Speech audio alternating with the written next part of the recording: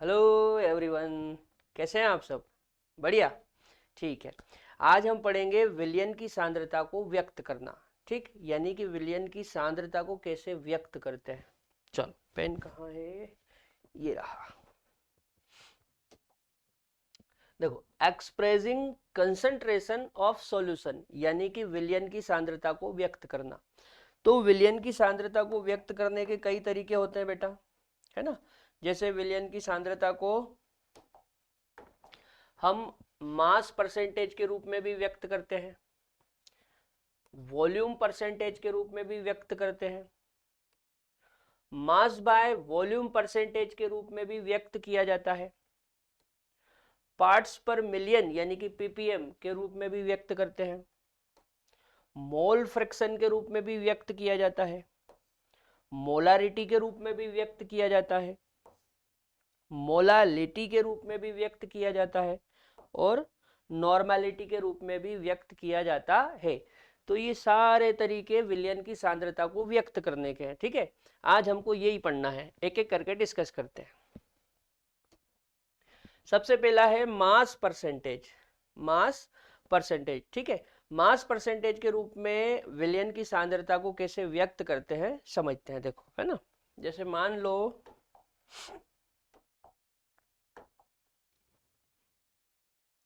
मेरे पास एक कंपोनेंट है, कंपोनेंट ए, ठीक है। या कंपोनेंट की बजाय सब्सटेंस लिखता हूं मैं,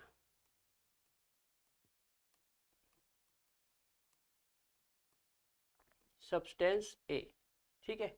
मेरे पास एक सब्सटेंस ए है। दूसरा, ये एक बीकर है,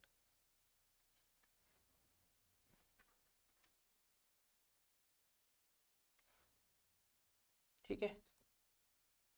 ये एक बीकर है। इस बीकर में मैं वाटर ले लेता हूं। क्या ले लेता हूं? वाटर, ठीक है। इस बीकर में हमने वाटर ले लिया,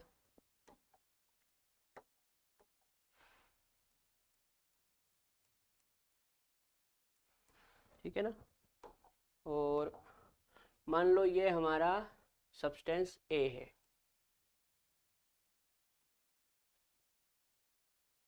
ठीक है। जब मैं इस सब्सटेंस को वाटर में मिलाऊंगा, ठीक है, जब इस सब्सटेंस को वाटर में मिलाऊंगा तो क्या बनेगा? सॉल्यूशन बन जाएगा। क्या बन जाएगा? सॉल्यूशन बन जाएगा, सॉल्यूशन, ठीक है। अब ये जो सॉल्यूशन बना है, ये जो सॉल्यूशन बना है, इसकी सांद्रता को मास परसेंटेज यानी कि वेट बाय वेट के रूप में कैसे व्यक्त करेंगे समझो, है ना।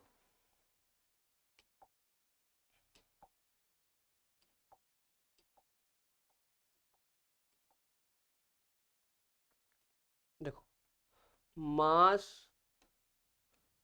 Percentage of component, mass percentage of component equal to mass of component, mass of component, mass of component upon mass of solution. अच्छा, टोटल मास बोल सकते हैं, total mass of solution,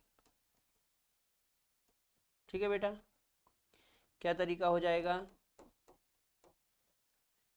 mass percentage of component equal to mass of component upon total mass of solution. अच्छा, mass को ही हम wait बोलते हैं, मास को ही हम क्या बोलते हैं? वेट। तो ऊपर भी वेट, नीचे भी वेट। ऊपर जो वेट है वो कंपोनेंट का है और नीचे जो वेट है वो पूरे सॉल्यूशन का है, इसलिए इसको वेट बाय वेट करके रिप्रेजेंट करते हैं, ठीक है। अब इसको एक एग्जांपल से समझाता हूं आपको, है ना। जैसे मान लो कि ये जो सब्सटेंस है ना, ये जो सब्सटेंस ए है, इसका 2 ग्राम है। कितना ग्राम है? 2 ग्राम है। और यहाँ पे जो वाटर ले रखा मैंने, इस वाटर का 18 ग्राम है। ठीक, कितना ग्राम है? 18 ग्राम। क्लियर? मेरा जो सब्सटेंस है वो 2 ग्राम है और ये वाटर कितना ग्राम है? 18 ग्राम। तो 18 और 2 टोटल मिला के सोल्यूशन कितना हो गया? 20। मतलब मेरा जो सॉल्यूशन है वो हो गया 20 ग्राम। कितना ग्राम हो गया? 20 ग्राम हो गया। ठीक है। अब जैसे मान लो मेरे को इस सब्सटेंस ए का परसेंटेज निकालना है, तो कैसे निकालेंगे? देखो इसको छोटा कर ले।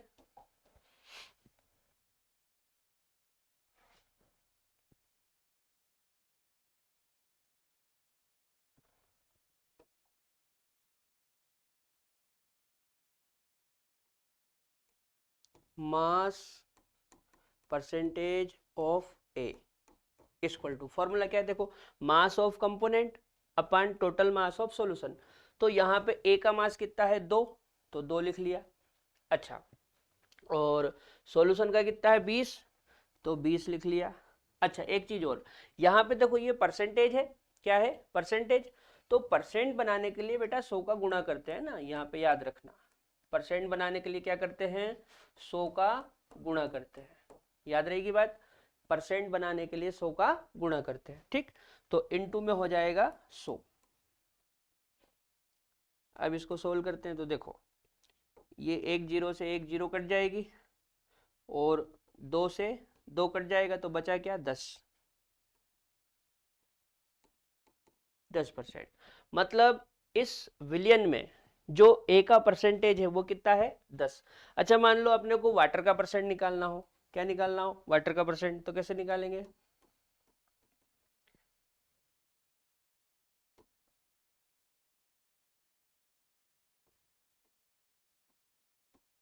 मास परसेंटेज ऑफ वाटर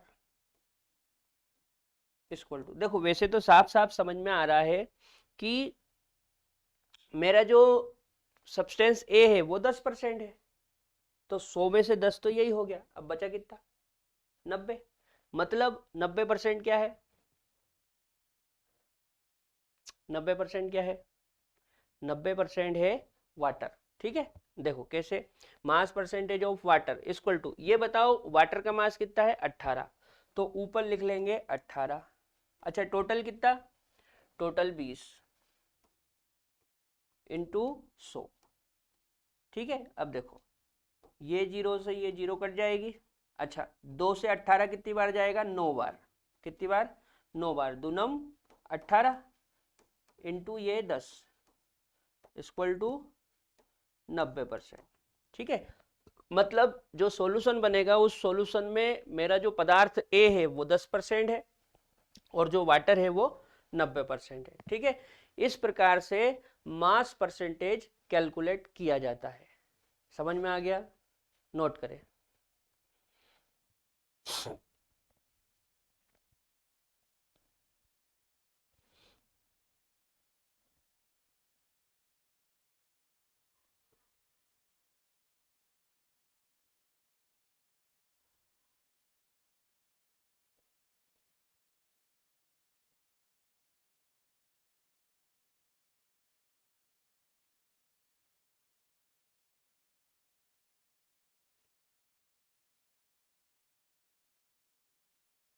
चलो अगला देखें।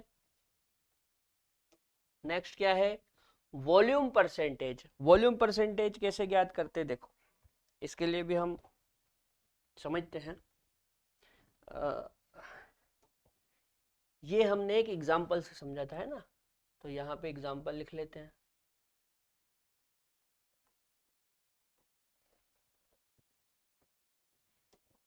यहाँ पर भी हम इसको एग्जाम्पल से समझेंगे, है ना? Volume percentage. देखो जैसे मान लो मेरे पास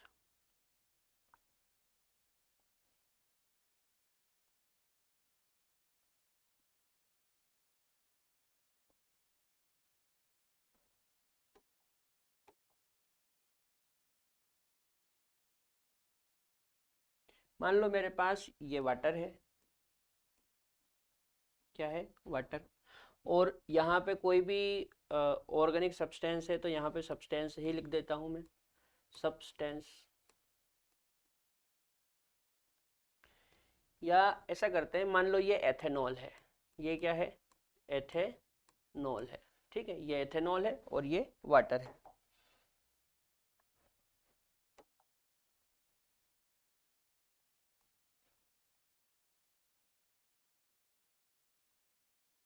ठीक है, जब मैं एथेनॉल को वाटर में मिलाऊंगा, जब मैं एथेनॉल को वाटर में मिलाऊंगा तो क्या बनेगा, सॉल्यूशन बनेगा। एथेनॉल को वाटर में मिलाऊंगा तो क्या बनेगा, सॉल्यूशन बनेगा। ठीक है, अच्छा, मान लेते हैं कि जो एथेनॉल है वो 10 ml है। कितना ml है, 10 ml है। और जो वाटर है वो 90 ml है। ठीक है, जो एथेनॉल है वो 10 ml है और जो वाटर है वो 90 ml है। ठीक है, अच्छा, टोटल मिला के सॉल्यूशन कितना हो गया, टोटल मिला के सॉल्यूशन हो गया 100 ml। कितना हो गया, 100 ml। ठीक है, इतना समझ में आ रहा है। Ethanol 10 ml, water 90 ml, total मिला के सॉल्यूशन कितना हो गया, 100 ml। ठीक, अब जैसे मेरे को वॉल्यूम परसेंटेज निकालना है, क्या निकालना है, वॉल्यूम परसेंटेज। तो volume percentage of component, volume percentage of component equal to volume of component, component, volume of component upon total volume of solution. ठीक है, अच्छा देखो, यहाँ पे परसेंटेज है तो परसेंट बनाने के लिए 100 का मल्टीप्लाई करते हैं, तो इसमें 100 का मल्टीप्लाई कर दिया, ये बन गया परसेंट। ठीक है, तो क्या फॉर्मूला हो गया, volume of component upon total volume of solution. ठीक है, अच्छा, चलो सोल्व करते हैं, इसको थोड़ा छोटा करें।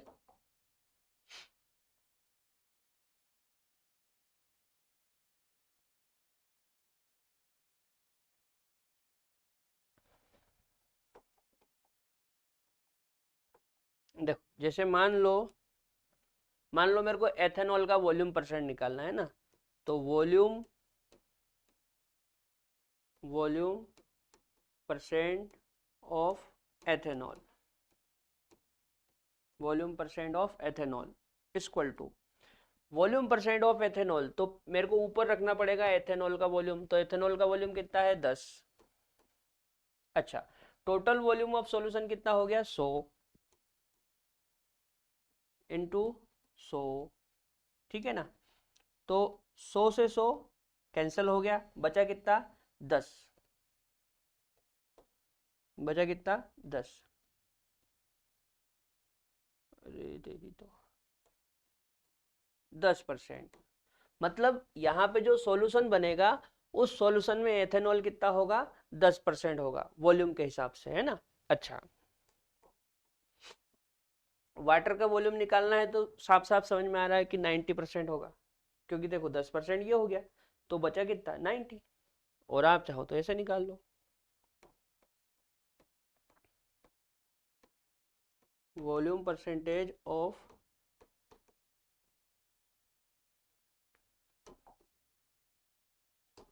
Volume percentage of water, volume percentage of water equal to water कितना है, 90, तो ऊपर 90, और टोटल कितना है वॉल्यूम, 100, 100, सॉल्यूशन का जो टोटल वॉल्यूम है वो 100 इंटू 100। ठीक है ना, ये 100 से 100 कैंसिल हो गया, तो बचा कितना, 90%। ठीक है बेटा, इस तरह से हम वॉल्यूम परसेंटेज कैलकुलेट करेंगे। ठीक है, अच्छा, नोट करो।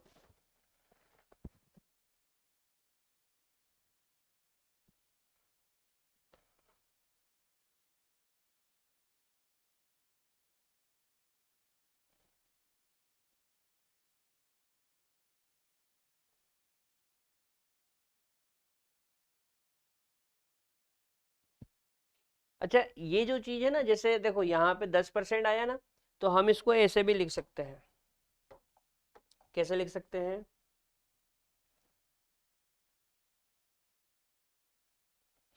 इसको हम ऐसे लिख सकते हैं,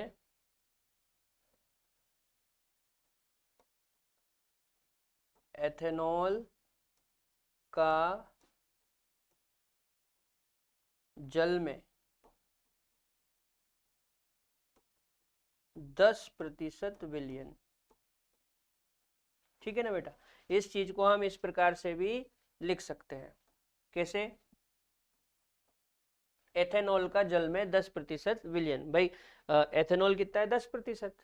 किसके अंदर है? जल के अंदर। तो हम इसको ऐसा बोल सकते हैं, एथेनॉल का जल में, किसका? एथेनॉल का जल में 10% विलयन। ठीक है। अच्छा आगे बढ़े। अगला है मास by volume percentage, weight by weight. चलो इसको भी समझते हैं।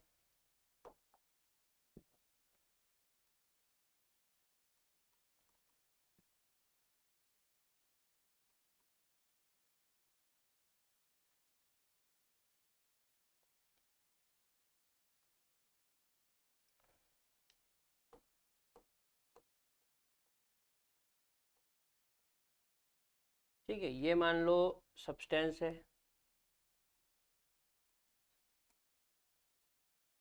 ठीक है, या कंपोनेंट मान लो, कंपोनेंट। फिर कंपोनेंट तो दोनों ही हो जाएंगे, सब्सटेंस बोलते हैं, सब्सटेंस, सब्सटेंस। ठीक है। और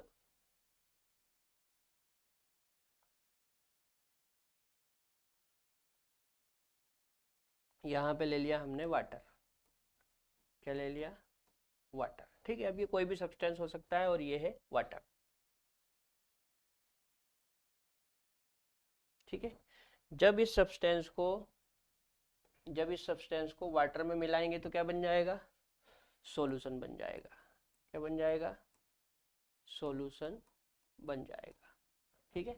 अच्छा, अब मेरे को ये जो सब्सटेंस है, इस सब्सटेंस का परसेंटेज निकालना है। क्या निकालना है? इस सब्सटेंस का परसेंटेज निकालना है कि ये जो सब्सटेंस है ये कितना होगा, है ना?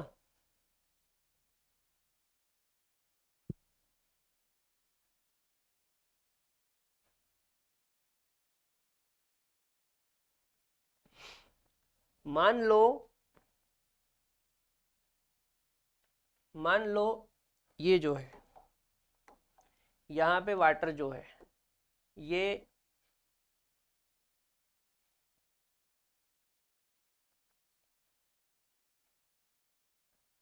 या ये जो मेरा सॉल्यूशन है ये 100 ml है। सॉल्यूशन कितना है? 100 ml है। 100 ml। ये सॉल्यूशन पूरा कितना है? ये सॉल्यूशन पूरा 100 ml है। ठीक है, पूरा 100 ml है। ठीक है। अच्छा, इस 100 ml में ये जो सब्सटेंस है, इस 100 ml में ये जो सब्सटेंस है, मान लो इस 100 ml में ये जो सब्सटेंस है ये 10 ग्राम है। कितना ग्राम है? 10 ग्राम है। ठीक है, 10 ग्राम है।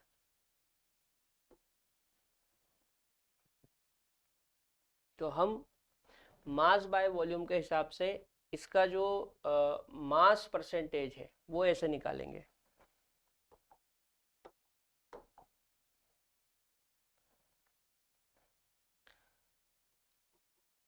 Percentage mass by volume, percentage mass by volume, percentage mass by volume, है ना?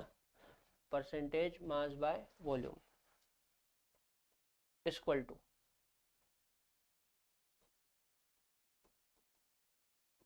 Wait weight of component, weight of component upon weight of component upon total volume of solution, total volume of solution, ठीक है, total volume of solution. अच्छा इसको छोटा करते हैं।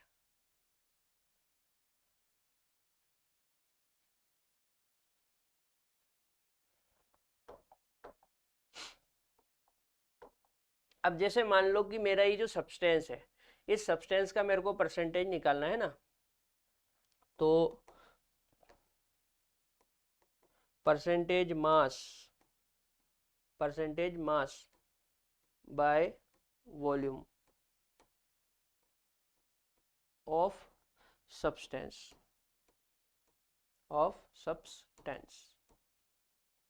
Equal to, तो वेट ऑफ कंपोनेंट कितना है, तो यहाँ पे मैंने 10 ग्राम ले रखा है। कितना ग्राम ले रखा है, 10 ग्राम, तो 10 ले लेंगे।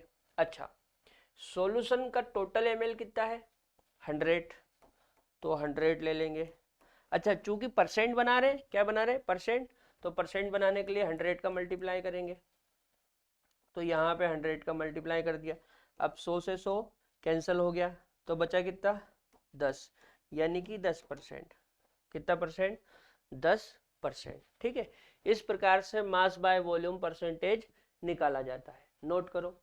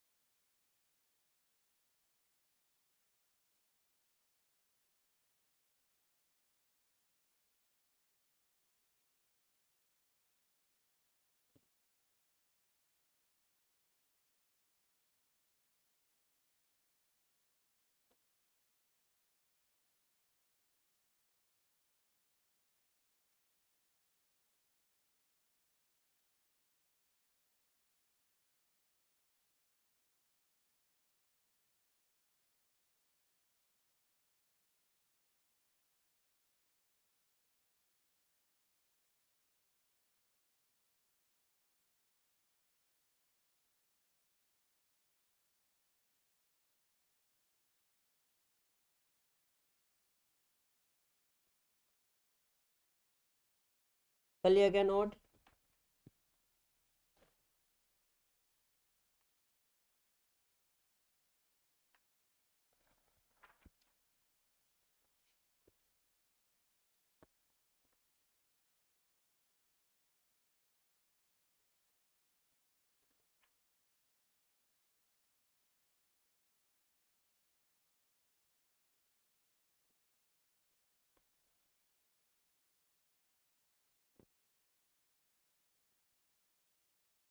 चलो अगला समझते हैं।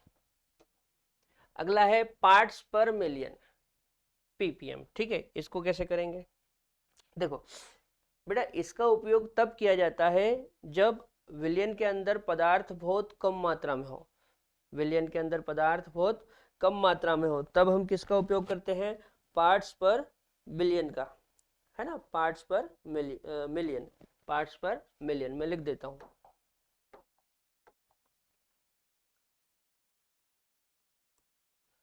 जब विलय, जब विलय की मात्रा, जब विलय की मात्रा अत्यंत सूक्ष्म हो या अत्यंत कम हो, जब विलय की मात्रा अत्यंत कम हो, या बहुत कम लिख लें, जब विलय की मात्रा बहुत कम हो,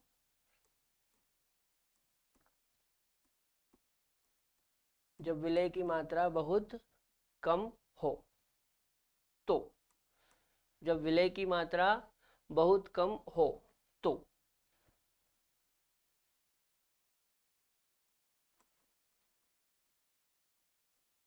सांद्रता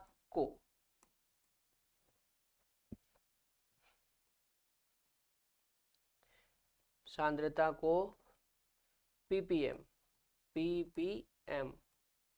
में व्यक्त करते हैं। ठीक है, याद रहेगी बात। जब विलय की मात्रा बहुत कम हो तो सांद्रता को पीपीएम में व्यक्त करते हैं। ठीक है, अच्छा इसका तरीका क्या होता है,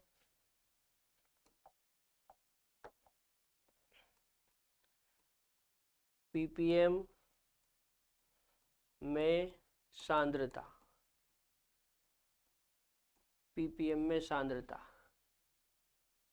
इक्वल टू, पीपीएम में सांद्रता इक्वल टू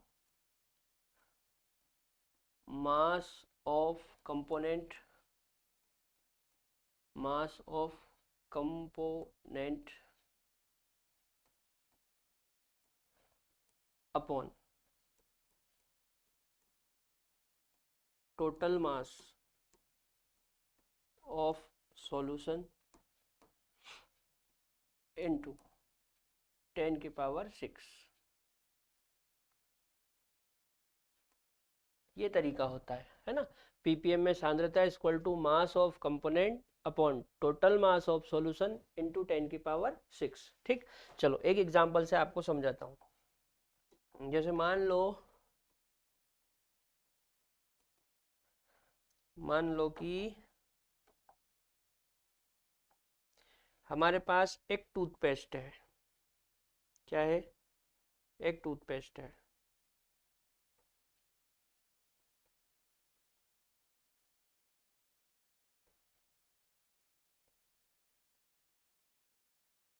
ठीक है, ये एक टूथपेस्ट है, टूथपेस्ट क्या है, एक टूथपेस्ट है। ठीक है, अच्छा ये जो पूरा टूथपेस्ट है ये मान लो कि 500 ग्राम है।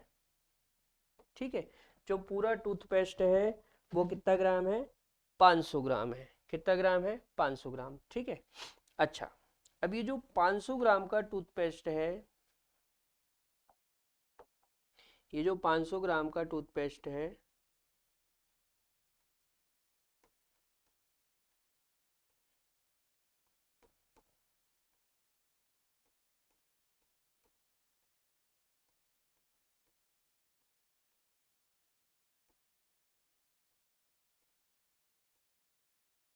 ये जो 500 ग्राम का टूथपेस्ट है,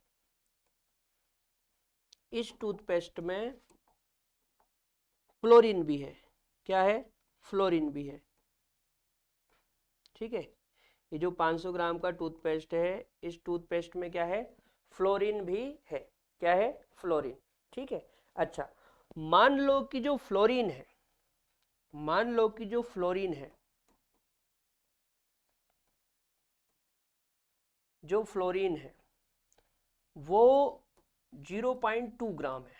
कितना ग्राम है, 0.2 ग्राम। ये 500 ग्राम, ये जो पूरा टूथपेस्ट है ये 500 ग्राम का है और इसमें फ्लोरीन कितना है, 0.2 ग्राम है। ठीक है, अब मेरे को फ्लोरीन की सांद्रता पीपीएम में बतानी है। क्या बताना मेरे को फ्लोरीन की सांद्रता पीपीएम में बताना है। ठीक है ना, तो फ्लोरीन की सांद्रता पीपीएम में, फ्लोरीन की सांद्रता पीपीएम में कैसे निकालेंगे, तो देखो mass of component upon total mass of solution. तो मेरे लिए जो फ्लोरीन है ये हो गया कंपोनेंट, मेरे लिए जो फ्लोरीन है ये क्या हो गया, ये हो गया कंपोनेंट। ठीक है, तो इसका मास कितना है, 0.2, तो ऊपर लिख लूंगा 0.2। अच्छा ये पूरा पेस्ट मतलब ये पूरा सॉल्यूशन 500 ग्राम का है, तो नीचे हो जाएगा 500 इंटू 10 की पावर 6। ठीक है, बस अब इसको सोल्व कर लेते हैं।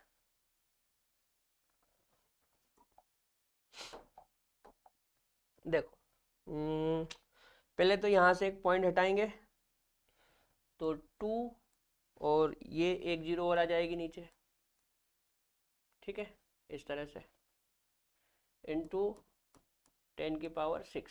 अब नीचे 3 जीरो, 1 2 3, तो नीचे की 3 जीरो से ये कटेगा तो ये हो जाएगा 2/5 इंटू 10⁻3, ठीक है। अच्छा ये 3 जीरो है, 10⁻3 मतलब 3 जीरो है, 3 जीरो 2 के आगे लगा दूंगा तो ये हो जाएगा 2 और ये 3 जीरो बटा 5, ठीक है। अच्छा 5 से ये 20 कितनी बार जाएगा, 4 बार, 5 चुका 20 और ये 400, इसको हम लिख सकते हैं ppm।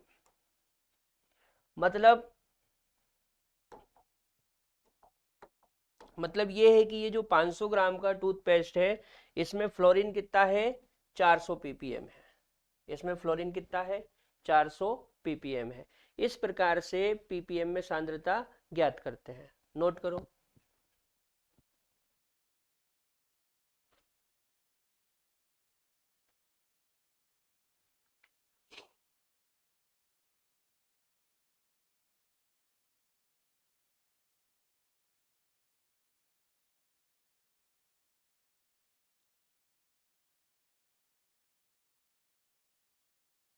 चलो आगे बढ़े।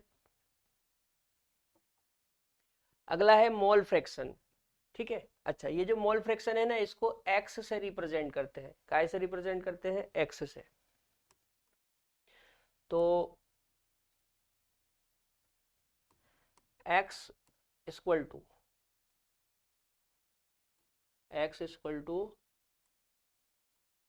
मोल अपॉन टोटल मोल, ठीक है। जो मोल फ्रैक्शन है उसको एक्स से रिप्रेजेंट करते हैं तो एक्स इक्वल टू हो जाता है मोल अपॉन टोटल मोल, मोल अपॉन टोटल मोल, ठीक है। इसको एक एग्जांपल से आपको समझाता हूं। जैसे मान लो फॉर एग्जांपल मेरे पास दो कंपोनेंट है ना, एक ए है और एक बी है, ठीक है। दो कंपोनेंट है, एक ए और एक बी। इन दोनों को मैंने मिलाया, दोनों को मिलाया तो दोनों को मिलाने से मेरा सॉल्यूशन बन गया। क्या बन गया, सॉल्यूशन, ठीक है, सॉल्यूशन बन गया। अच्छा मान लो ए कुछ इस तरह से है और बी कुछ इस तरह से है, ठीक है। दोनों को मिलाया तो दोनों को मिलाने पे हो गया ए प्लस बी, दोनों को मिलाने से क्या हो गया, ए प्लस बी, ए प्लस बी हो गया। अच्छा अब मान लो कि ए के मोल 2 है, कितने हैं, 2 है, तो 2 मोल। बी के मोल मान लो 3 है तो 3 मोल, ठीक है। अच्छा अब 2 मोल ए के और 3 मोल बी के, तो सॉल्यूशन के टोटल मोल कितने हो गए, 3 और 2 5, तो सॉल्यूशन के टोटल मोल हो गए 5 मोल। कितने मोल हो गए, 5 मोल। सॉल्यूशन के टोटल मोल कितने हो गए, 5 मोल। इतना समझ में आया। अब जैसे मैंने लिखा कि मोल फ्रैक्शन का फॉर्मूला होता है मोल अपान टोटल मोल, तो इसका यूज कैसे करना है ना, देखो जैसे जैसे मान लो मेरे को ए का मोल प्रभाज निकालना है, किसका मोल प्रभाज, ए का, तो मैं लिखूंगा एक्स ए का मतलब है ए के मोल प्रभाज, एक्स ए मतलब ए के मोल प्रभाज। तो ऊपर ए के मोल लेना है, मोल ऑफ ए, और नीचे टोटल मोल लेना है, टोटल मोल, ठीक है। तो आप बताओ ए के मोल कितने हैं, ए के मोल कितने हैं, 2, तो 2। अच्छा टोटल मोल कितने हो गए, तो टोटल मोल तो 5 हो गए, तो 5, ठीक है। अब इसको सोल्व करो, नी जाने की जीरो, लगे दशमलव, उतारे जीरो, 20 हो गया, 5 चौका 20। मतलब ए का मोल प्रभाज कितना आया, 0.4। मोल फ्रैक्शन को हिंदी में मोल प्रभाज बोलते हैं, क्या बोलते हैं, मोल प्रभाज। तो ए का मोल प्रभाज कितना आया, 0.4। है ना। अच्छा, इसको आप चाहो ना तो इसको इस तरह से लिख सकते हो, mole of component, mole of component upon total mole of solution, ऐसा लिख सकते हैं, mole of component upon total mole of solution. तो मेरे लिए ए और बी ये कंपोनेंट हो गए, दोनों को मिलाया तो सॉल्यूशन बन गया। अब मैं ए के मोल प्रभाज निकाल रहा हूं तो mole of A upon total मोल। अच्छा, इसी प्रकार यदि बी का निकालना है, किसका निकालना है, बी का, तो एक्स बी इक्वल टू क्या हो जाएगा, mole of B, mole of B, mole of B upon total mole, upon total mole. ठीक है। अच्छा, बी के मोल कितने हैं, तो बी के मोल है ये 3, तो 3, टोटल मोल कितने, 5। ठीक है। अच्छा, तो 5 का भाग लगाओ, नी जाने एक जीरो, लगे दशमलव उतारे जीरो, कितना हो गया 30, 5 छक्का 30, मतलब 0.6। ठीक है। अच्छा, इसके बारे में कुछ और बातें हैं, मैं यहीं पे लिख देता हूँ।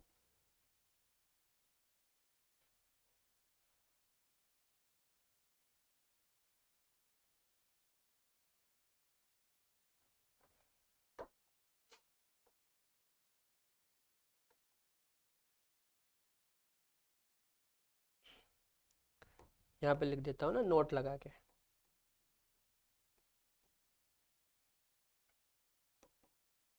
देखो, X A plus X B equal to 1 होगा, कब होगा, हमेशा। याद रखना, X A plus X B equal to क्या होगा, 1, कब होगा, हमेशा होगा, है ना। जैसे मान लो एक एग्जांपल लेते हैं, जैसे मान लो ए के मोल, ए के मोल, ए के मोल फ्रैक्शन, ए का मोल प्रभाज, हिंदी में लिखते हैं, ए का मोल प्रभाज 0.6 है, ए का मोल प्रभाज कितना है, 0.6 है। तो बी का मोल प्रभाज होगा, तो बी का मोल प्रभाज क्या होगा, मतलब आपके पास दो कंपोनेंट है और एक कंपोनेंट का मोल प्रभाज आपको दे दिया कि 0.6 है, तो दूसरे कंपोनेंट का मोल प्रभाज क्या होगा। तो इसके लिए आप सिंपल तरीके से ऐसे कर सकते हैं, कैसे करेंगे, देखो, X A plus X B equal to क्या होता है, 1। अब एक्स ए आपको दे दिया, कितना दिया, 0.6, तो 0.6 प्लस एक्स बी, ये मेरे को नहीं पता है, इक्वल टू 1, तो एक्स बी इक्वल टू क्या हो जाएगा, एक्स बी इक्वल टू हो जाएगा 1 माइनस 0.6 इक्वल टू 0.4। ठीक है ना, इस तरह से। अच्छा, यहाँ पे तो दो कंपोनेंट है, यदि तीन कंपोनेंट होते, कितने कंपोनेंट होते, तीन, तो तीन का भी एक ही होता, विलयन के टोटल कंपोनेंट, जितने भी कंपोनेंट है विलयन में, उनका टोटल मोल प्रभाज एक होता है, याद रखना है ना, मैं लिख देता हूं यहाँ पे।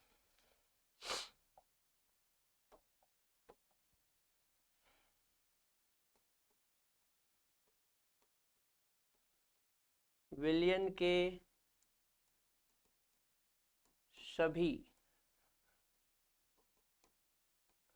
अवयवों, विलयन के सभी अवयवों का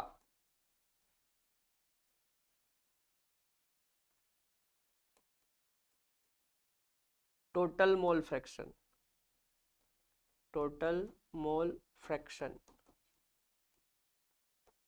1 होता है। ठीक है बेटा, याद रखना, विलयन के सभी अवयवों का टोटल मोल फ्रैक्शन कितना होता है, 1 होता है। जैसे ये तो मैंने दो ले रखे, यदि दो की जगह में तीन कंपोनेंट ले लेता, कितने कंपोनेंट, 3 कंपोनेंट ले लेता तो उन तीनों का भी कितना होता, 1 होता। ठीक है ना, नोट करो।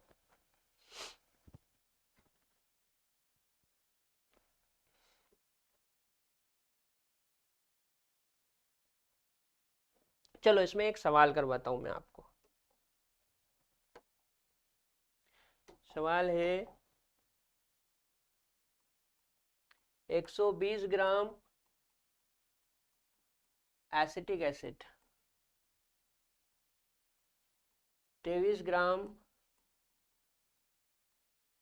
एथेनॉल में है। ठीक है, 120 ग्राम एसिटिक एसिड 23 ग्राम एथेनॉल में है।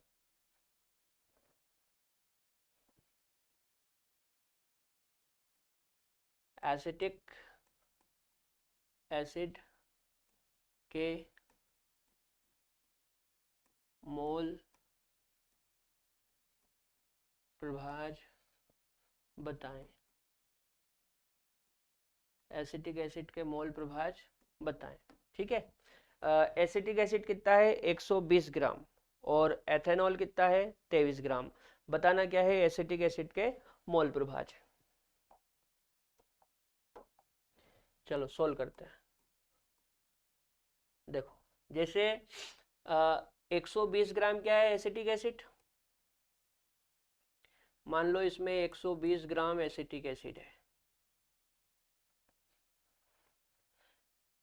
या इसको छोड़ो, ऐसे करते हैं एसिटिक एसिड एसिटिक एसिड के 120 ग्राम है, तो एसिटिक एसिड के 120 ग्राम है तो मोल इक्वल टू क्या लिखते हैं, weight upon molecular weight, weight upon molecular wait. अच्छा, एसिटिक एसिड का वेट कितना दिया 120 और इसका मॉलिक्यूलर वेट होता है 60। ठीक है, 60 से इसको डिवाइड करेंगे तो 2 बार जाएगा। कितनी बार जाएगा, 2 बार। मतलब एसिटिक एसिड के कितने मोल आए, एसिटिक एसिड के आ गए 2 मोल। ठीक है, वेट तो दिया होता है, मॉलिक्यूलर वेट हमको पता होना चाहिए। यदि आपको ये नहीं पता है कि मॉलिक्यूलर वेट कैसे निकालते हैं तो आप बेसिक कंसेप्ट ऑफ केमिस्ट्री वाले चैप्टर के वीडियो देखें, वहाँ पे आपको पूरा मिल जाएगा। मोल कैसे निकालते हैं, मॉलिक्यूल कैसे निकालते हैं, नंबर ऑफ एटम कैसे निकालते हैं। ठीक है ना। अच्छा, ये तो एसिटिक एसिड के हो गए। दूसरा दूसरा क्या है, एथेनॉल। तो एथेनॉल के 23 ग्राम है, तो एथेनॉल का कैसे निकालेंगे, बोलो एथेनॉल का कैसे निकालेंगे। फॉर्मूला तो वही रहेगा, mole equal to weight upon molecular weight. Weight कितना है 23 और मॉलिक्यूलर वेट होता है इसका 46। 46 से 23 को डिवाइड करेंगे तो 0.5 आएगा। कितना आएगा 0.5। क्लियर। अब बताओ किसके मोल प्रभाज निकालने हैं, तो मोल प्रभाज निकालना है हमको एसिटिक एसिड के, है ना। तो एक्स एसिटिक एसिड। अच्छा, एसिटिक एसिड पता क्या होता है, CH3COOH, इसको बोलते हैं एसिटिक एसिड। तो एसिटिक एसिड के मोल प्रभाज निकालना है, तो ऊपर किसके मोल रखेंगे, एसिटिक एसिड के। तो mole of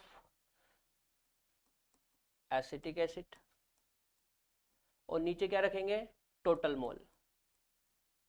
total mole, total mole मतलब, टोटल मोल मतलब दोनों के, एसिटिक एसिड के और एथेनॉल के। तो mole of acetic acid, acetic acid के कितने मोल है 2, तो 2। टोटल मोल कितने हो जाएंगे, तो देखो 2 ये और 0.5 ये, तो टोटल क्या हो जाएगा, टोटल हो जाएगा 2.5। ठीक है, पॉइंट हटाएंगे तो ऊपर एक जीरो आएगी, तो 20 और नीचे 25।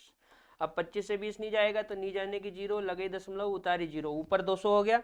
25 अठे 200 होता है, 25 अठे कितना होता है 200।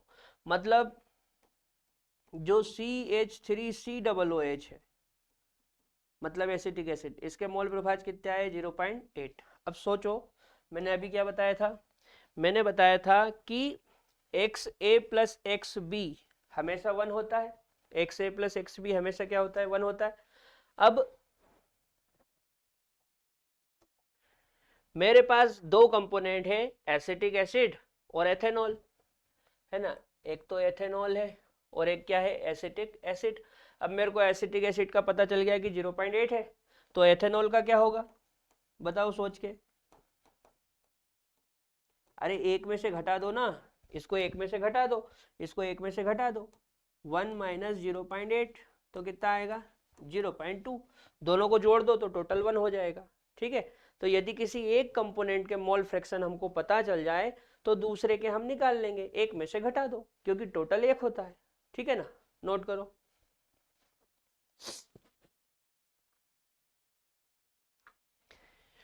चलो आगे बढ़े। अगला है मोलारिटी। मोलारिटी क्या होती है बेटा?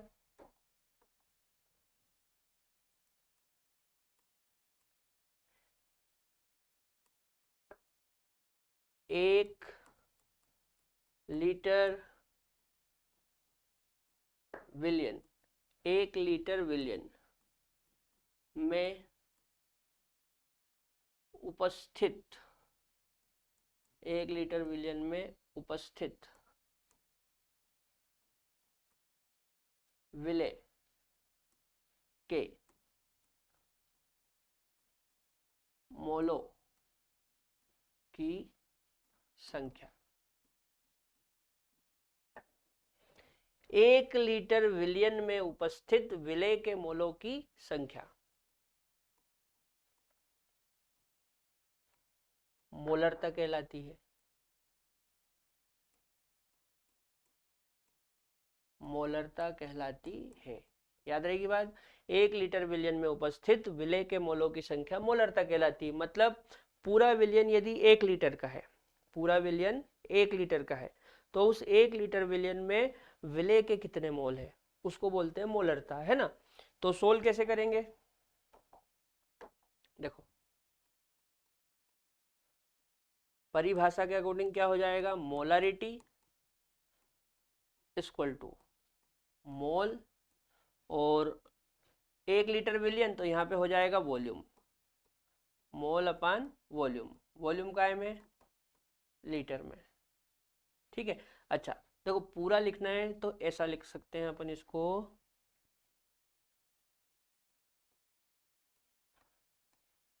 मोल्स ऑफ सॉल्यूट, मतलब सॉल्यूट के मोल, और नीचे वॉल्यूम ऑफ सॉल्यूशन, मतलब सॉल्यूशन का वॉल्यूम। सॉल्यूशन का वॉल्यूम काय में होता है? लीटर में, है ना, लीटर में। अब इसको आप थोड़ा छोटा कर लो, तो मोलारिटी को हम कैपिटल एम से बताते हैं। अच्छा, मोल को नॉर्मल मोल लिख लेते हैं, और वॉल्यूम को लिख लेते हैं वी। वी, है ना, ये काय में होता है? लीटर में होता है। काय में होता है? लीटर में। ठीक है, अच्छा अब आपको पता होगा कि हम मोल इक्वल टू क्या लिखते हैं? मोल इक्वल टू हम लिखते हैं weight upon molecular weight. Weight equal to क्या लिखते हैं? सॉरी, मोल इक्वल टू क्या लिखते हैं? Weight upon molecular wait. देखो तो मिट ही नहीं रहा है, WEIGHT, wait upon molecular wait.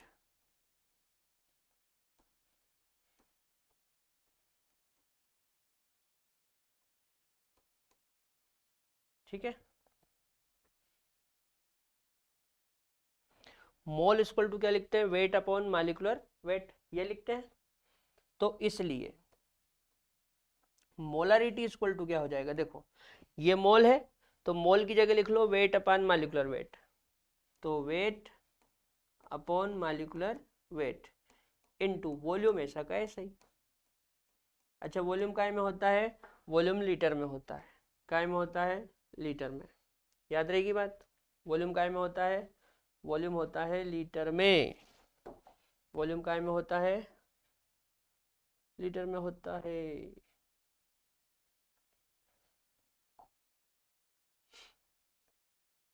Molarity equal to weight upon molecular weight into one by volume, काय में, लीटर में। ठीक है। अच्छा, इसको थोड़ा सा छोटा करें।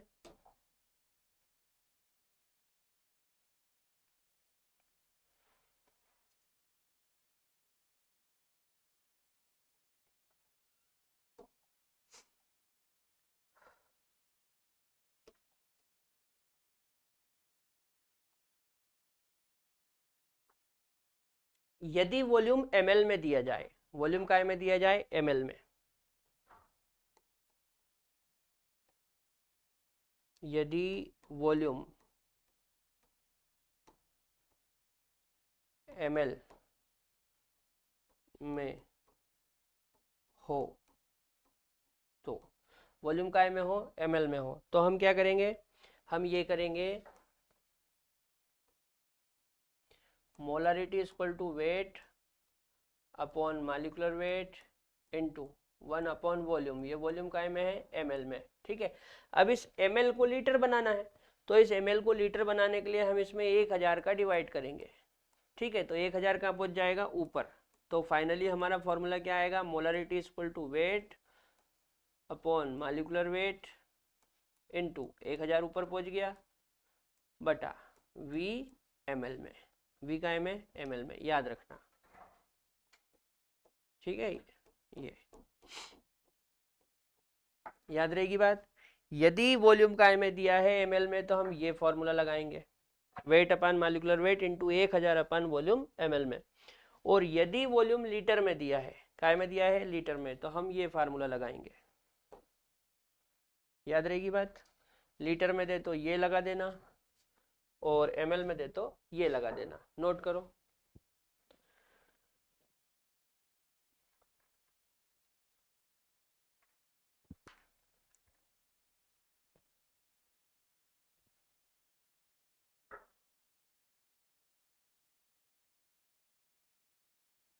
चलो एक सवाल करते हैं।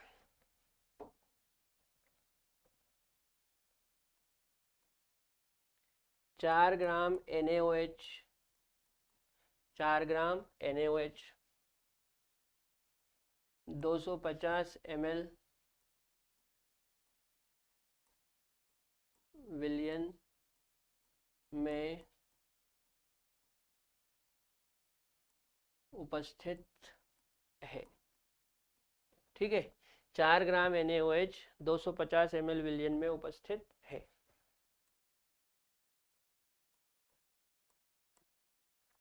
विलियन की मोलरता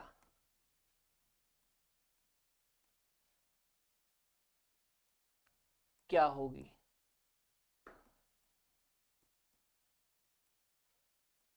विलियन की मोलरता क्या होगी। ठीक है ना। चलो अब देखो, यहाँ पे वॉल्यूम काय में दिया है, ml में, वॉल्यूम काय में दिया है, ml में, तो हम क्या करेंगे, ml वाला फार्मूला लगाएंगे। ठीक है ना।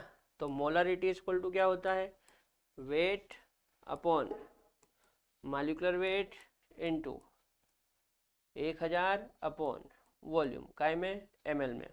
अच्छा, वेट कितना दिया, 4 ग्राम। अब जो NaOH है उसका मॉलिक्यूलर वेट होता है 40। NaOH का मॉलिक्यूलर वेट कितना होता है, 40।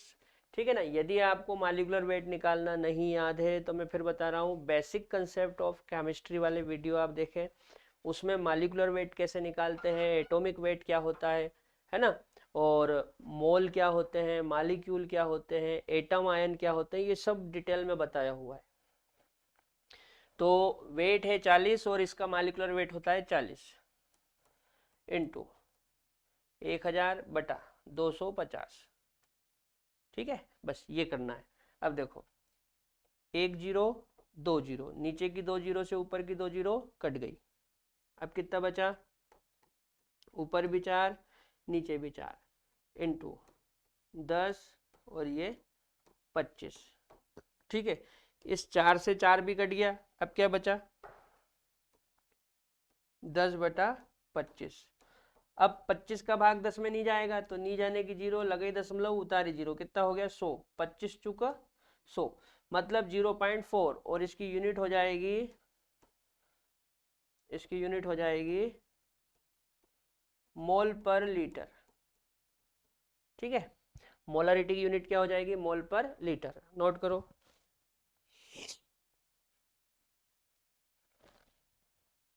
चलो आगे देखें।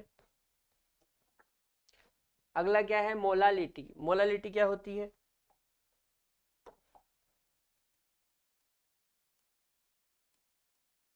एक केजी या 1000 ग्राम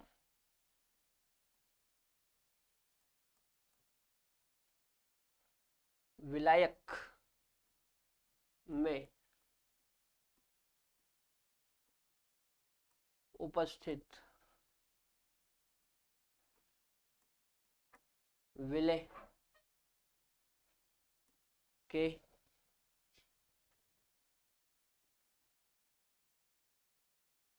मोलों की संख्या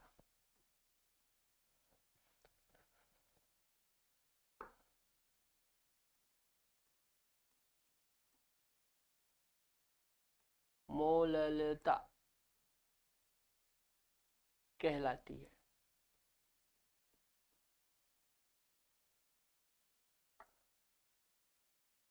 ठीक है, 1 किलो, अब 1 किलो को ही 1000 ग्राम बोल सकते हैं, क्योंकि 1 किलो में 1000 ग्राम होता है, तो 1 किलो बोल दो या 1000 ग्राम बोल दो, है ना। तो 1 किलोग्राम या 1000 ग्राम विलायक में उपस्थित विलेय के मोलों की संख्या क्या कहलाती है, मोललता कहलाती है ना। मोलालिटी को हिंदी में मोललता कहते हैं। चलो इसको कैसे कैलकुलेट करेंगे, तो इसको ऐसे कैलकुलेट करेंगे, मोलालिटी, मोलालिटी इक्वल टू, देखो मोलों की संख्या, तो विलेय के मोल हो जाएंगे, मतलब ऊपर ले लेंगे विलेय के मोल, विलेय के मोल, और नीचे क्या आ जाएगा, विलेय के मोल बटा नीचे क्या आ जाएगा, देखो 1 किलोग्राम या 1000 ग्राम विलायक, तो नीचे आ जाएगा विलायक का भार, विलायक का भार। ठीक है, ऊपर क्या आ जाएंगे विलेय के मोल, नीचे क्या आ जाएगा विलायक का भार। अब मोलालिटी को स्मॉल एम से बताते हैं, मोलालिटी को काय से बताते हैं, स्मॉल एम से बताते हैं। ठीक है, अच्छा विलेय के मोल, तो विलेय के मोल की जगह हम नॉर्मल मोल लिख देते हैं, और विलायक का भार, विलायक के भार की जगह अपन मास लिख देते हैं। क्या लिख देते हैं, मास। तो फॉर्मूला क्या हो जाएगा, मोल अपॉन मास। क्या हो जाएगा, मोल अपॉन मास। लेकिन याद रखना मोल किसके हैं, विलेय के, और मास किसका है, विलायक का, है ना। अच्छा, इसको थोड़ा सा आगे यदि आप बढ़ाएंगे तो ऐसे भी कर सकते हैं, मोलालिटी इक्वल टू, देखो मोल को क्या लिखते हैं, weight upon molecular weight, weight upon molecular weight, और 1 बाय करके मास लिख लेते हैं, इंटू 1/मास, 1/मास। अच्छा यहाँ पे ये जो मास है ये केजी में है, काय में है, केजी में है। ठीक है, यदि यही मास ग्राम में होता तो क्या करते, तो ऐसा करते, weight upon molecular weight into one by mass, और ये यदि ग्राम में होता, काय में होता, ग्राम में, तो इसको केजी बनाने के लिए मैं 1000 से भाग देता, 1000 ऊपर जाता, तो यहाँ पे 1000 हो जाता। ठीक है बेटा, तो आपको कुछ नहीं करना है, यदि विलायक का मास, विलायक का मास, यदि विलायक का मास काय में हो, केजी में, तो आप ये वाला फॉर्मूला लगा देना, और यदि विलायक का मास ग्राम में हो तो ये वाला फॉर्मूला लगा देना। याद रहेगी बात।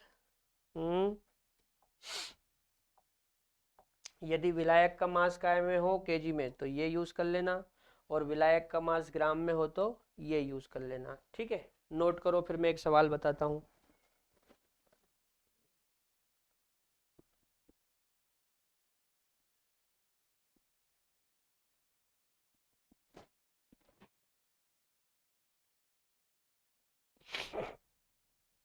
चलो एक सवाल करते हैं। 2.5 ग्राम, कितना ग्राम? 2.5 ग्राम है ना। 2.5 ग्राम CH3COOH, 75 ग्राम बेंजीन में उपस्थित है। ठीक है ना, 2.5 ग्राम CH3COOH 75 ग्राम बेंजीन में उपस्थित है।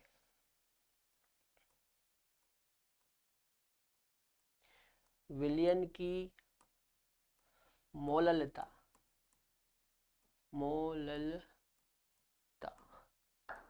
विलयन की मोललता क्या होगी, है ना, विलयन की मोललता क्या होगी। ठीक, चलो सॉल्व करते हैं। बताओ फॉर्मूला क्या है। Molality equal to weight upon molecular weight into 1000 upon mass, ये काय में, ग्राम में। ठीक है, अच्छा, अब ये जो चीज होती है ना बेटा, ये होती है विलय के लिए। किसके लिए? विलय के लिए। और ये जो चीज है ये किसके लिए होती है? विलायक के लिए। किसके लिए? विलायक के लिए, है ना, विलायक। अच्छा, मैंने आपको पहले भी बताया है कि विलय की मात्रा कम होती है, विलायक की मात्रा ज्यादा होती है। यहाँ पे 2.5 ग्राम CH3COOH है, मतलब ये विलय है, और 75 ग्राम बेंजीन है, मतलब ये विलायक है। विलायक की मात्रा अधिक होती है, ठीक है ना। तो मोलालिटी इक्वल टू वेट कितना, 2.5, मॉलिक्यूलर वेट कितना होता है एसिटिक एसिड का, 60 होता है, इनटू 1000 बटा मास, बेंजीन का मास ले लो 75। ठीक है ना, ये आपको समझ में आ रहा है ना। यहाँ पे क्या बोल रहा है ये, यहाँ पे क्या बोल रहा है कि ये CH3COOH है ना, और ये बेंजीन है, ये क्या है, बेंजीन है।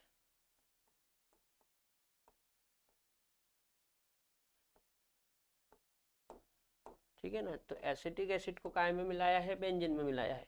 तो इसका है 2.5 ग्राम और इसका है 75 ग्राम। समझ में आ रही बात। तो जो ज्यादा होता है वो क्या होता है, विलायक। तो ये क्या है, ये विलायक है। क्या है, विलायक। और जो कम होता है वो विलय होता है, तो ये क्या है, विलय। ठीक है ना, तो हम वेट अपन मॉलिक्यूलर वेट किसका लेते हैं, विलय का, और यहाँ पे मास किसका लेते हैं, विलायक का, है ना। चलो ऐसा करते हैं, पहले तो यहाँ पे एक पॉइंट है, ये पॉइंट हटाऊंगा तो नीचे एक जीरो और आ जाएगी, तो ऊपर हो जाएगा 25, और नीचे 60 तो था, एक जीरो और आ गई, 600 हो गया, इंटू 1000 बटा 75। ठीक है, अच्छा एक बात समझो, 25 या 75, अच्छा पहले जीरो से जीरो काट दो, देखो एक दो, दो जीरो से दो जीरो गई, और 25 तिया 75, 25 तिया 75, और तीन छंग 18, तो ऊपर बचा 10 और नीचे हो गया 18। ठीक है ना, फिर से समझो, दो जीरो से दो जीरो कट गई, बचा कितना, 10, 25 तिया 75, और तीन छंग 18, तो नीचे 18 ऊपर 10। अच्छा, अब 18 का 10 में भाग नहीं जाएगा, तो नी जाने की जीरो, लगे दशमलव, उतारी जीरो, कितना हो गया, 100। 18 का पहाड़ा पढ़ो, 18 का 18, 18 दून 36, 18 54, 18 चुक 72, 18 पंज 90, 5 बार जाएगा, फिर कितना बचेगा, 10, 10 बचेगा, फिर जीरो उतार लेंगे, फिर 100, फिर 18 पंजे 90, फिर 18 पंजे 90, ये ऐसा चलता जाएगा तो लगभग लगभग ये आएगा 0.56। ये पूरा हटा दो, है ना, 0.56 नोट करो।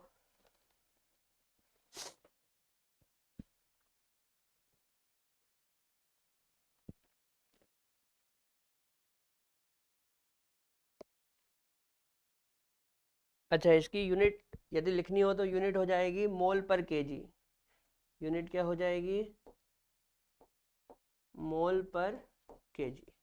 ठीक है, इस प्रकार मोलालिटी निकालेंगे। आगे बढ़े। अगला है नॉर्मेलिटी। नॉर्मेलिटी क्या होती है?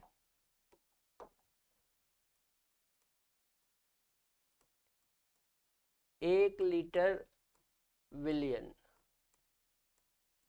1 लीटर विलियन में उपस्थित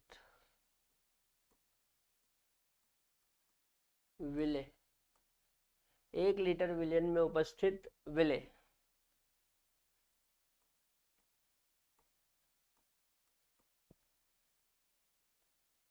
1 लीटर विलियन में उपस्थित विलेय के तुल्यांकों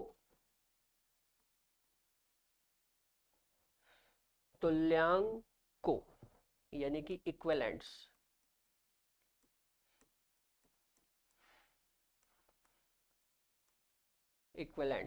तुल्यांकों की संख्या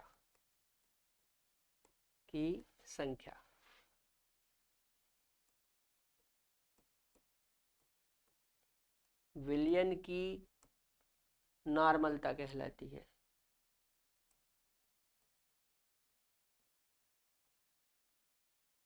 विलियन की नॉर्मलता कहलाती है।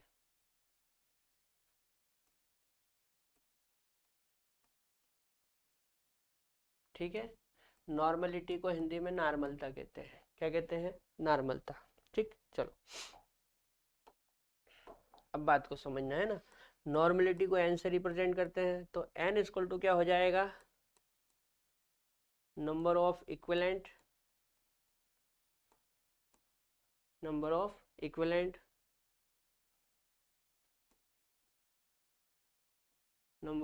Equivalent equal to volume, sorry, number of equivalent upon volume. Volume काय में?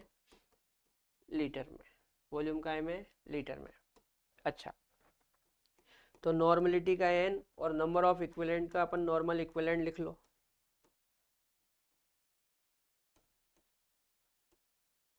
और वॉल्यूम का ले लो वी। वॉल्यूम का क्या ले लो? वी। तो finally number of equivalent equal to क्या हो जाएगा? पूरा नंबर ऑफ इक्विवेलेंट लिखो ना, नंबर ऑफ इक्विवेलेंट। तो नंबर ऑफ, देखो वी का इधर मल्टीप्लाई कर दो, वी का इधर मल्टीप्लाई कर दो, तो number of equivalent, equal to क्या हो जाएगा?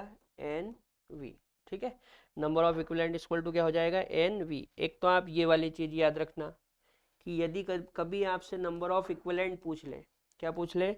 नंबर ऑफ इक्विवेलेंट मतलब तुल्यांकों की संख्या। इक्विवेलेंट को क्या बोलते हैं? तुल्यांक। क्या बोलते हैं? तुल्यांक। तो यदि आपसे तुल्यांकों की संख्या पूछ ले और नॉर्मलिटी और वॉल्यूम दे दे, तो नॉर्मलिटी और वॉल्यूम का गुणा करेंगे तो क्या आ जाएगा? नंबर ऑफ इक्विवेलेंट आ जाएगा। ठीक है, अच्छा अब थोड़ा सा आगे बढ़ते हैं। देखो इक्विवेलेंट इक्वल टू क्या होता है, क्योंकि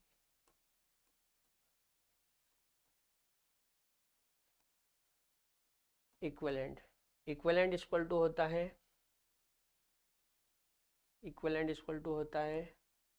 wait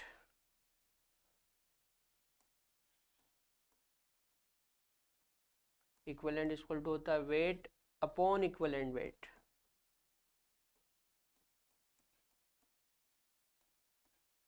weight upon equivalent weight,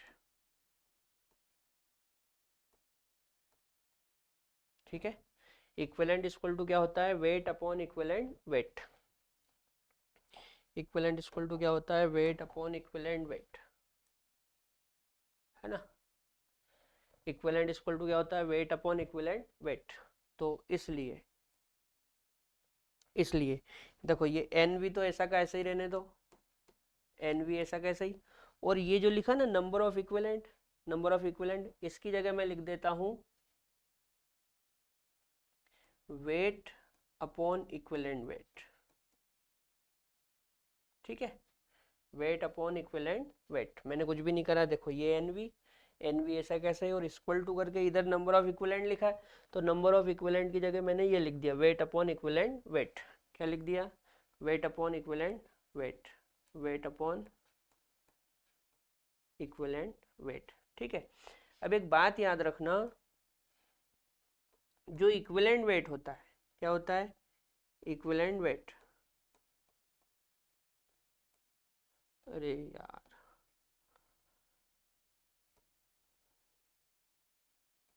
equivalent weight, equivalent weight equal to होता है molecular weight upon valency factor.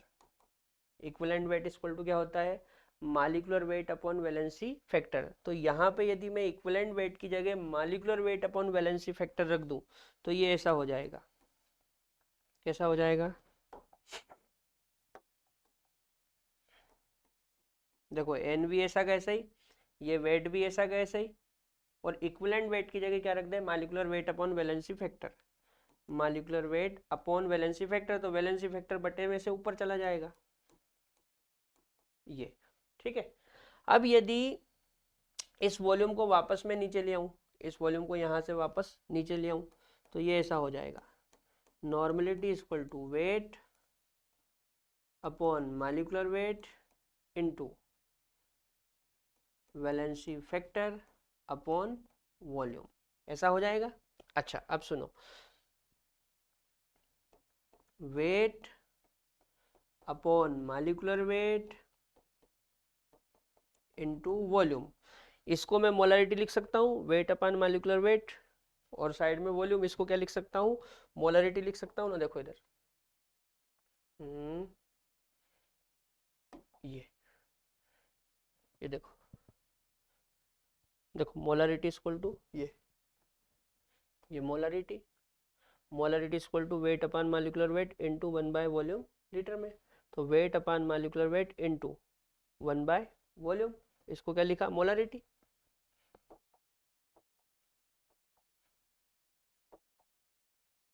ये तो वेट अपॉन मॉलिक्यूलर वेट और ये वॉल्यूम, इस पूरे को मैं क्या लिख सकता हूँ, इस पूरे को मैं मोलारिटी लिख सकता हूँ, क्या लिख सकता हूँ, मोलारिटी,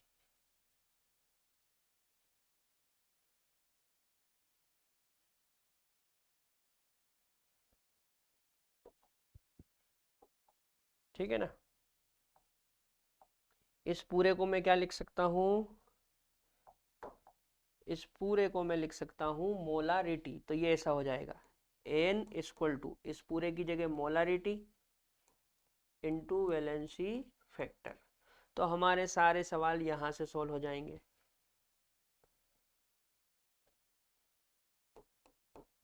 ठीक है बेटा।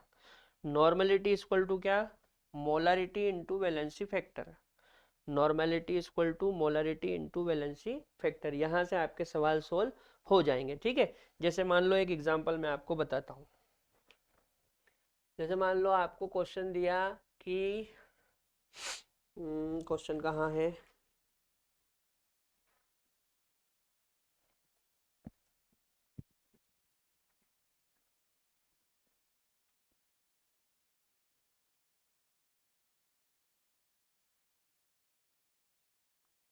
जैसे मान लो आपको क्वेश्चन दिया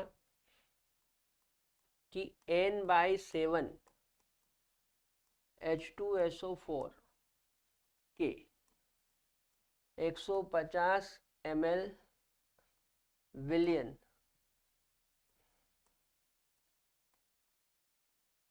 विलियन में H2SO4 का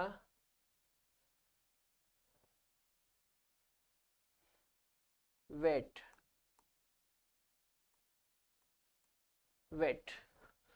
बताएं। ठीक है, बताएं। तो हम डायरेक्ट यहां से करेंगे। Normality equal to molarity into valency factor, है ना, आपको हमेशा यही यूज करना है। क्या यूज करेंगे? Normality equal to molarity into valency factor. ठीक, अब मोलरिटी को हम क्या लिखते हैं? Weight upon molecular weight into 1 by volume, काय में? लीटर में, इनटू वैलेंसी फैक्टर। लेकिन यदि वॉल्यूम ml में हो, वॉल्यूम काय में हो? ml में हो, तो फिर ऊपर 1000 आ जाएगा, है ना। तो weight upon molecular weight into 1 by volume, volume काय में? ml में, तो यहाँ क्या ले लेंगे? 1000, ठीक है, इनटू वैलेंसी फैक्टर, ये होगा। अच्छा, अब वेट कितना, वही तो पता करना है। तो वेट तो मेरे को पता करना है। अच्छा, मॉलिक्यूलर वेट कितना है? तो H2SO4 का मॉलिक्यूलर वेट होता है 98 इंटू 1000 बटा वॉल्यूम कितना? वॉल्यूम 150 है, 150 इंटू वैलेंसी फैक्टर। तो H2SO4 का वैलेंसी फैक्टर होता है 2। H2SO4 का वैलेंसी फैक्टर कितना होता है? 2। यदि आपको वैलेंसी फैक्टर निकालना नहीं याद है तो आप आयोनिक इक्विलिब्रियम में जाएं। आयोनिक इक्विलिब्रियम के आप वीडियो देखना, वहां पे पीएच निकालते समय मैंने आपको वैलेंसी फैक्टर निकालना बताया था। ठीक है, एसिड का वैलेंसी फैक्टर कैसे निकालते हैं, बेस का वैलेंसी फैक्टर कैसे निकालते हैं, ये मैंने वहां पे बताया था। या फिर आप बेसिक कंसेप्ट ऑफ केमिस्ट्री वाले चैप्टर के वीडियो भी देख सकते हैं, वहां पे भी मैंने वैलेंसी फैक्टर निकालना सिखाया था। ठीक है, तो H2SO4 का वैलेंसी फैक्टर होता है 2। अच्छा, नॉर्मेलिटी कितनी दी? देखो, हमको नॉर्मेलिटी दी है n/7। इस n/7 का मतलब ये है कि उसने नॉर्मेलिटी हमको 1/7 दी है। ठीक है बेटा, ये बात याद रखना। उसने हमको क्या दिया है? दिया है, क्या दिया है? उसने हमको दिया है n/7। n/7 का मतलब उसने नॉर्मेलिटी हमको 1/7 दे दी। तो यहाँ पे नॉर्मेलिटी की जगह 1/7 रख ले, नॉर्मेलिटी की जगह 1/7 रख ले। क्या रख ले? 1/7। अच्छा, इधर सोल्व करें।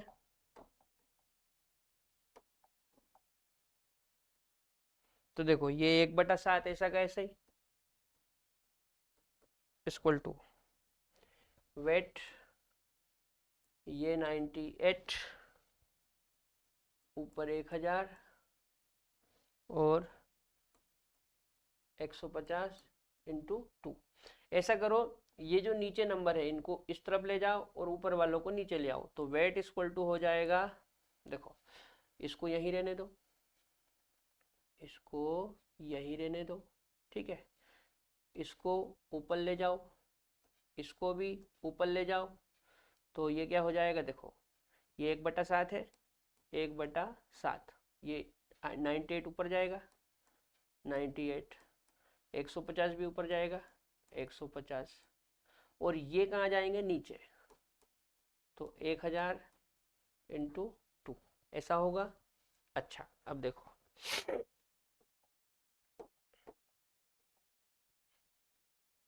पहले तो इस जीरो से ये जीरो काट दो, कट गया। अच्छा, क्या ये 7 से काट सकते हैं इसको? देखो, 7 एकम 7, अब कितना बचा? 2, यह हो गया 28, 7 7, 7 दून 14, 7 21, 7 चुक 28, 4 इंटू 15, है ना, और 100 इंटू 2।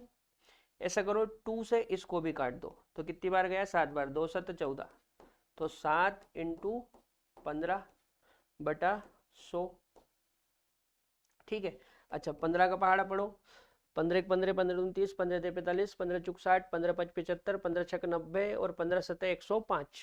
तो 15 सतह 105 बटा 100, ठीक है। अच्छा 100 में कितनी जीरो है? 100 में 2 जीरो है, तो आप पीछे से 2 अंक गिनो, 1 2, तो ये हो जाएगा आपका 1.05 ग्राम। कुछ आया समझ में क्या करा मैंने? इधर देखो, इस 100 का मैं इसमें भाग लगा रहा हूँ, तो 100 में कितनी जीरो? 2 जीरो है, तो पीछे से मैंने 2 अंक गिने, 1 2, और यहाँ पे पॉइंट लगा दिया, ये ठीक है। तो कितना आया? 1.05 ग्राम। मतलब H2SO4 का वेट 1.05 ग्राम है। नोट करो। चलो अब इसमें एक आखिरी चीज और आपको मैं बता देता हूं, तापमान पर निर्भरता, ठीक है। तो ये हमारा कंप्लीट हो जाएगा।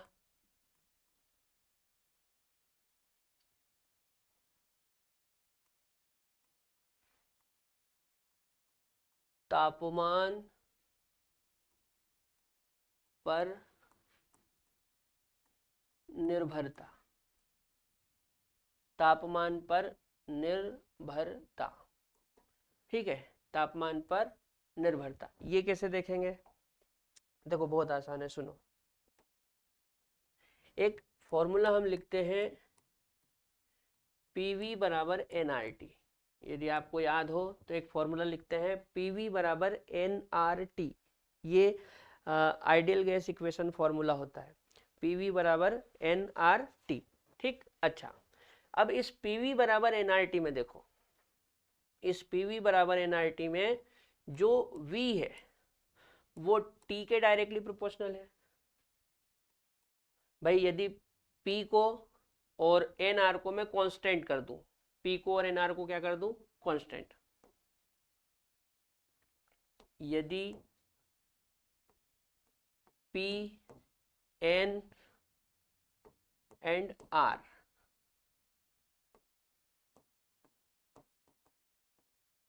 कांस्टेंट हो तो क्या होगा? यदि P N and R constant हो तो ये हो जाएगा V directly proportional T, V directly proportional T। मतलब ये हुआ कि यदि टेम्परेचर बदलेगा तो V बदलेगा, है ना। तो T के बदलने से, T के बदलने से, T के बदलने से V भी बदलेगा।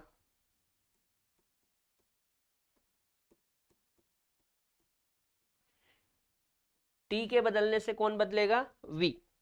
T के बदलने से कौन बदलेगा? V। तो T के बदलने से V भी बदलेगा। इतना क्लियर हुआ?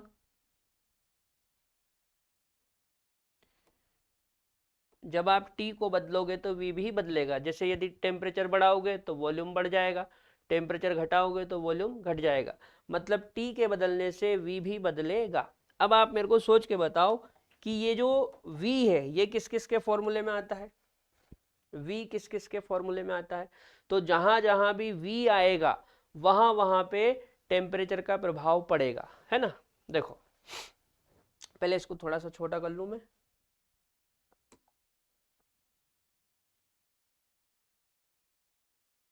ठीक।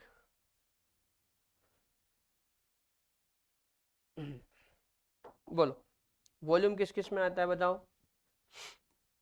देखो मोलारिटी में आता कि नहीं आता? बोलो मोलारिटी में वॉल्यूम आता कि नहीं आता? अरे आता है ना। मोलारिटी इक्वल टू क्या लिखते हैं? Weight upon molecular weight into one by volume. तो वॉल्यूम आता है। अच्छा नॉर्मेलिटी में आता कि नहीं आता? हाँ सर आता है, नॉर्मेलिटी में भी आता है, नॉर्मेलिटी में भी वॉल्यूम आता है। तो मोलारिटी और नॉर्मेलिटी ये तापमान पर निर्भर करेंगे, ये तापमान पर निर्भर करेंगे, है ना। तो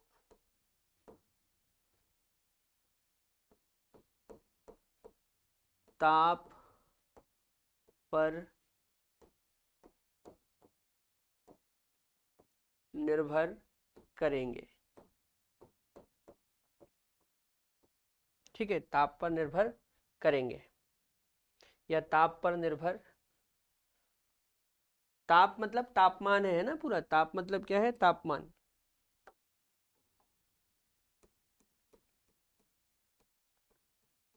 तापमान पर निर्भर, तापमान पर निर्भर करती है, ठीक है। मोलारिटी और नॉर्मेलिटी तापमान पर निर्भर करती है, ठीक। अच्छा, अब ये बताओ मोलालिटी के फॉर्मूले में आता है क्या? मोलालिटी के फॉर्मूले में वॉल्यूम आता है क्या? नहीं आता। मोलालिटी का फॉर्मूला होता है mole of solute upon mass of solvent, मतलब उसमें वॉल्यूम नहीं आता। अच्छा, मोल फ्रैक्शन,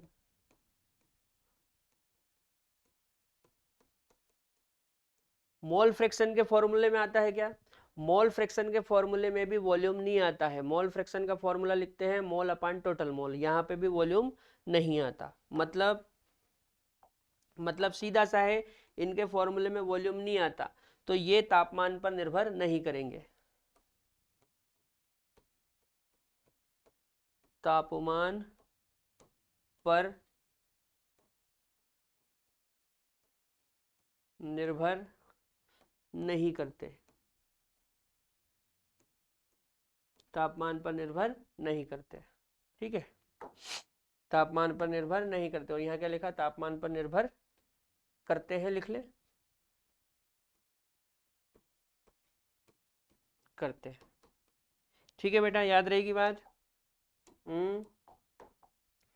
मोलारिटी, मोलारिटी और नॉर्मेलिटी ये तापमान पर निर्भर करते हैं, और मोलालिटी और मोल फ्रैक्शन ये तापमान पर निर्भर नहीं करते। बाकी यदि और कोई दूसरी चीज पूछ ले तो सीधा सा तरीका मैंने बता दिया कि टी के बदलने से वी बदलेगा, टी के बदलने से वी बदलेगा, तो जहां पर भी वॉल्यूम आएगा वहां पर तापमान पर निर्भरता होगी, ठीक है, नोट करो।